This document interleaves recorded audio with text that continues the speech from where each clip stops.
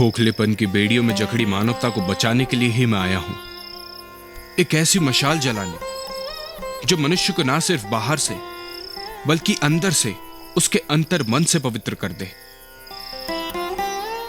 सभी मनुष्य एक हैं, लेकिन जानबूझकर उन्हें अलग अलग बांटकर उन्हें उनके मौलिक अधिकारों से वंचित रखा जाता है। जानबूझकर उन्हें शिक्षा और विद्या से दूर रखा जाता है। मां, मैं कब तक ये सब ऐसे ही देखता रहूं?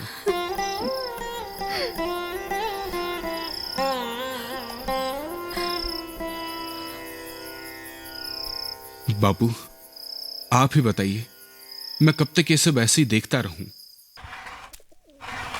बापू, मुझे दीजिए। आपकी तबीयत ठीक नहीं है बापू, फिर भी आप इतनी मेहनत करते हैं। बेटा, लकड़ी बहुत महंगी हो गई है। जी बापू, और मनुष्य सस्ता। मैं जानता हूं, आजकल तुम्हारा मन ऐरी गहरी बातों में नहीं लगता है, बल्कि ऊंची ऊंची बातों में चला जाता है।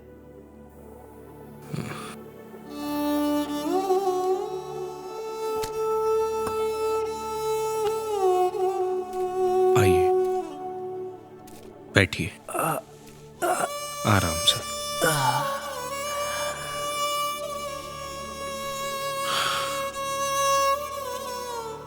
क्या बात है बेटा, आजकल तुम्हारा ध्यान कहां रहता है? बापू,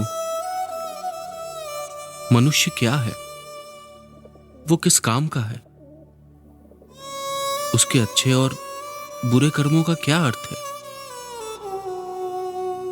जीवन के इतने लंबे सफर में हम में से कितने लोग हैं जो अपने आप को समझ पाते हैं? बापू,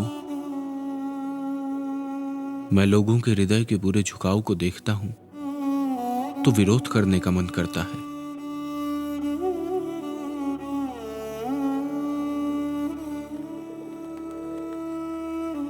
लेकिन बेटा, मैंने और तुम्हारी मां ने तुम्हारे लिए बहुत सारे सपने संजोए हैं।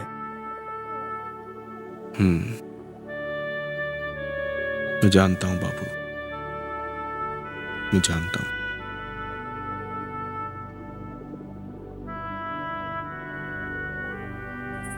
चाहे कितनी ही व्यस्तता क्यों न हो, यह आदर्श परिवार सदा एक साथ मिलकर प्रतिदिन ईश्वर की प्रार्थना करता था, क्योंकि इसी के जरिए हर परिवार एक अटूट रिश्ते में जुड़ जाता है।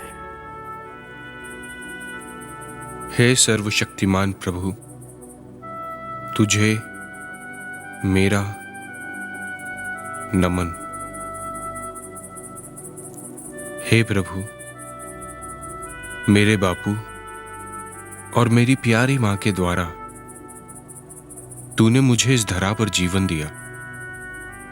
इन्होंने मुझे जीवन की ऊंचाई और गहराई सिखाई। दुख तकलीफ में भी जीवन जीने की कला सिखाई। हे प्रभु, हमें प्रकाश के मार्ग पर चलने का आशीर्वाद दे।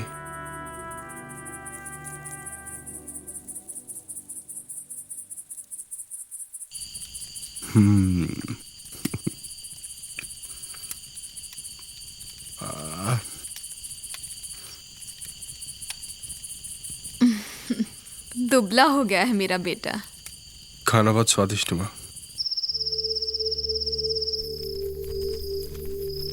मेरे यसु के लिए एक बहुत बढ़िया कमीज बनानी है। ओह ओह, ये धागा भी ना बार बार उलझ जाता है।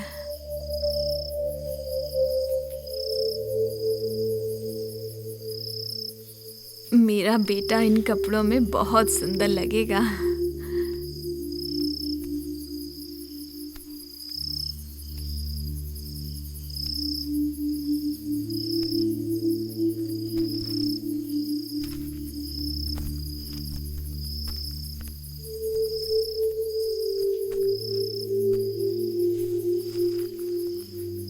माँ सुनिए। क्या है बेटे, बोलो। माँ। हाँ बेटे, माँ वो बोलो बेटे। देखो, मैं तुम्हारे लिए एक बढ़िया कमीज बना रही हूँ। हाँ, तुम इसे मंदिर के त्योहार पर जरूर पहनना। मगर माँ वो मगर क्या बेटा? माँ, अब मेरे जाने का समय आ गया है। जाने का क्या मतलब? माँ। माँ बेटे में क्या बातचीत चल रही है? अरे बापू। अरे जरा हमें भी तो बताओ। देखो ना जी, मैंने इतने प्यार से ये कुर्ता इसके लिए बनाया है और ये यहाँ से जाने की बात कर रहा है। पिताजी, मेरे जाने का समय आ गया है। लेकिन कहाँ जाने का बेटा? जहां मेरा प्रभु मुझे भेजना चाहता है। मैं जानता था कि कभी ना कभी ये दिन आएगा।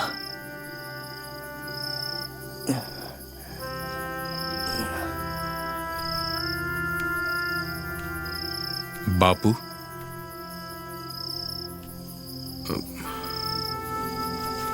लेकिन इतनी जल्दी? हिम्मत से काम लो। हमारे बेटे को ईश्वर ने किसी खास काम के लिए चुना है। लेकिन इसका ख्याल कौन रखेगा? माँ, तुम्हें चिंता करने की जरूरत नहीं है।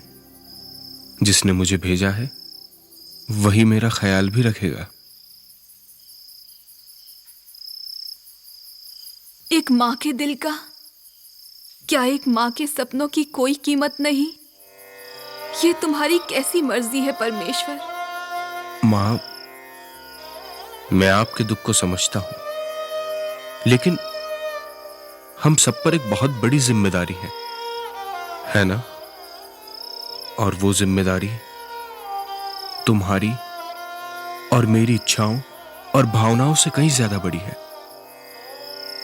माँ, देवदूत ने आपको पहले से ही संदेशा दे दिया था। अब आप लोग मेरा साथ दीजिए। लेकिन तुम्हें कहीं जाने की क्या जरूरत है? तुम्हें जो करना है वो तुम यहीं रहकर क्यों नहीं करते? यहां रहकर? मां, मैं इस दुनिया में थोड़ा बहुत घूमा और मैंने देखा यहां पर कई जगह छल कपट, दुख, अत्याचार और कष्ट ही नजर आया। धर्म के नाम पर धर्म के ठेकेदार अधर्म कर रहे हैं। शक्तिशाली हमेशा दुर्बल को दबाकर रखता है। और तो और मां, मैंने देखा कि अंधविश्वास की गुलामी में फंसकर लोग एक निर्जीव भगवान को भजते हैं और उसे ही अपना भाग्य विधाता समझते हैं। नहीं, मुझे सब हालत बदलने के लिए यहां से जाना ही होगा। बेटा। यीशु बेटा, लेकिन ये दुनिया तो ऐसी ही है। आज से नहीं, न जाने कितने शताब्दियों बरसों से ऐसी ही है। इसमें गरीब और बेबस हमेशा से ही पिसते आए हैं। हमेशा से ही पिसते आए हैं।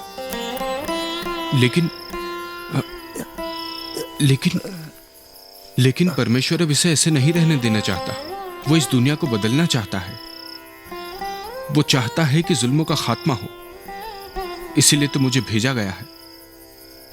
खोखलेपन की बेड़ियों में जकड़ी मानवता को बचाने के लिए ही मैं आया हूं। एक ऐसी मशाल जलाने जो मनुष्य को ना सिर्फ बाहर से बल्कि अंदर से, उसके अंतर मन से पवित्र कर दे।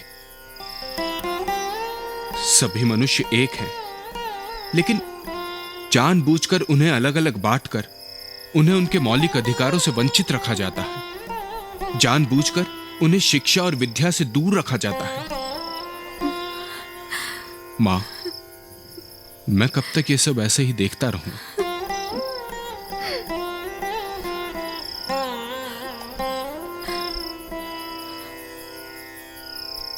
बापू, आप ही बताइए, मैं कब तक ये सब ऐसे ही देखता रहूं?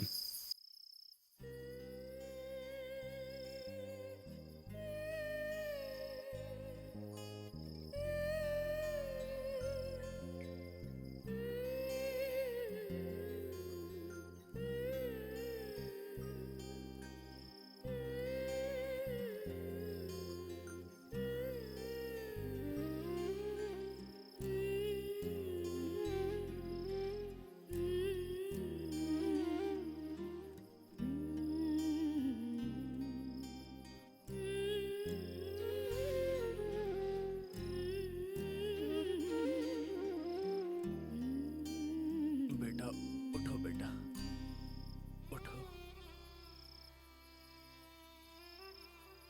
लेकिन बेटा, हम भी तो तुम्हारे कुछ हैं। हमारे दुख इस संसार के दुख के सामने कुछ भी नहीं। माँ, मैं आपके दुख को समझता हूँ। मैं जानता हूं आप दोनों की चिंताएं। लेकिन माँ, मैं जानता हूं कितनी रातें मुझे संभालने के लिए आप लोगों ने नींद खोई, हेरोद की तलवार से बचाने के लिए घर बार छोड़ दिया, पराए देश में शरण ली, भूखे पेट सोए। लेकिन मुझे हर हाल में संभाला। मां, मैं भी आपसे बेहद प्यार करता हूं, लेकिन मेरे जीवन का मकसद कुछ और भी है, और आप तो ये जानती हैं ना मां। बापू, अब आप ही समझाइए ना मां को। मरिया, अपने बेटे को आशीर्वाद दो और इसे खुशी खुशी विदा करो।